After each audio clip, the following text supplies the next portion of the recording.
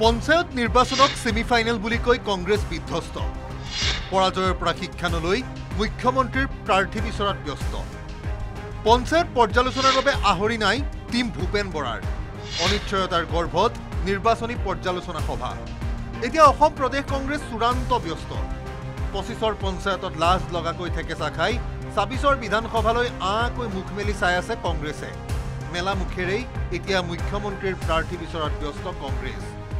মুখ্যমন্ত্ৰীয়ে কিবা কৰি নিশ্চিত হৈছে যে 26ৰ বিধানসভা নিৰ্বাচনত কংগ্ৰেছ দলৰ পৰা হয়তো গৌৰৱ গগৈ মুখ্যমন্ত্ৰীৰ প্ৰাৰ্থী হিচাপে প্ৰক্ষেপিত হ'ব পাৰে।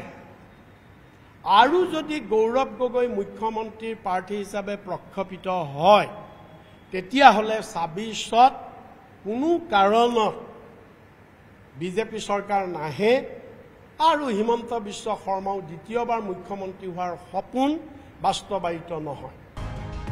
ৰিপুণ বৰাৰ এই মন্তব্যৰ প্ৰত্যুত্তৰ মন্ত্ৰী পীযুষ হাজৰিকাৰ। গৌৰৱ গগৈ ডাঙৰীয়াক যদি অসমৰ ৰাইজে মুখ্যমন্ত্ৰী হোৱাটো বিচাৰিলে হয়, তেখেতৰ নিজৰ সমষ্টি যোৰহাট লোকসভাত ইমান বিধ্বস্ত ৰূপ নিৰ্বাচনত নাপালে হয়। দুটানে তিনিটা ক'ৰবাত পঞ্চায়ত জিকিব পৰা নাই, তেখেতলোকে এটা জিলা পৰিষদত জিকিব পৰা নাই। গতিকে ৰাইজে যদি অসমৰ ৰাইজে যদি গৌৰৱ গগৈ ডাঙৰীয়াক মুখ্যমন্ত্ৰী হিচাপে বিচাৰিলে হয়, তাৰ ফলাফল গৌৰৱ গগৈ ডাঙৰীয়াৰ নিজা সমষ্টি যোৰহাটত এই পঞ্চায়ত নিৰ্বাচনত তেওঁলোকৰ ভাল ফলাফল প্ৰদৰ্শন কৰি দেখুৱালে হয়। 2016 চনৰ পৰা ৰাজ্যৰ নিৰ্বাচনত কঁকাল বেকা হোৱাকৈ পৰাজিত হৈ আহিছে নামত মূল বিৰোধী কংগ্ৰেছ। গৌৰৱ গগৈৰ বুকুচাত উঠি নিৰ্বাচনী বৈতৰণি পাৰ হ'ম বুলিয়েই সভাপতি ভূপেন বৰাই পঞ্চায়তক আখ্যা দিছিল ছেমিফাইনেল বুলি।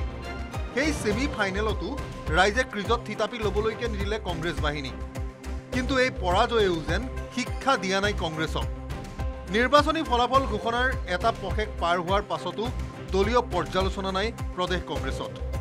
তাৰ বিপৰীতে নিৰ্বাচনী ফলাফলৰ এসপ্তাহৰ ভিতৰতে যোৰহাটত গেৰুৱা বাহিনীয়ে অনুষ্ঠিত কৰিলে পৰ্যালোচনা বৈঠক। লক্ষ্য 26ত শতাধিক আসন। আমাৰ সভাপতি দিলীপ শইকীয়া ডাঙৰীয়া, মুখ্যমন্ত্ৰী ডক্টৰ হিমন্ত বিশ্ব শৰ্মা ডাঙৰীয়া আৰু যিসকল আমাৰ নেতৃবৰ্গ আছে সকলোৱে মিলি ইয়াৰ সিদ্ধান্ত লৈছে। পৰ্যালোচনাও কৰা হৈছে জিকাৰ ক্ষেত্ৰত আমি ক'ত ক'ত কেনেধৰণে ভোট পালোঁ, ক'ত ক'ত পাবলগীয়া ভোট পালোঁ, ক'ত ক'ত নেপাবলগীয়া ভোট পালোঁ আৰু পৰৱৰ্তী বিধানসভাত আমি কেনেধৰণে 100তকৈ অধিক আসন লাভ কৰিবলৈ সক্ষম হ'ম তাৰ পৰ্যালোচনা আৰু পৰিকল্পনা দিবলৈ আৰম্ভ কৰি দিয়া হৈছে।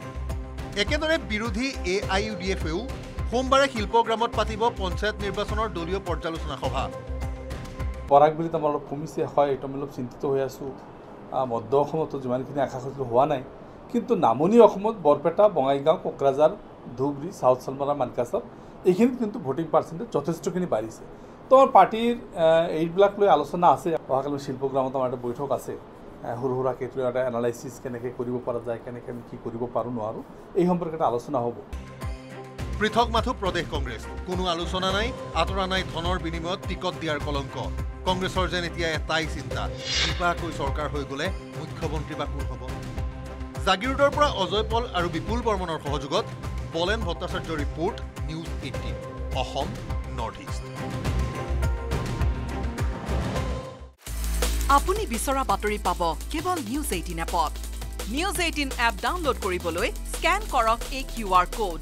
গুগল প্লে ষ্টৰতো পাব এই নিউজ 18 এপ।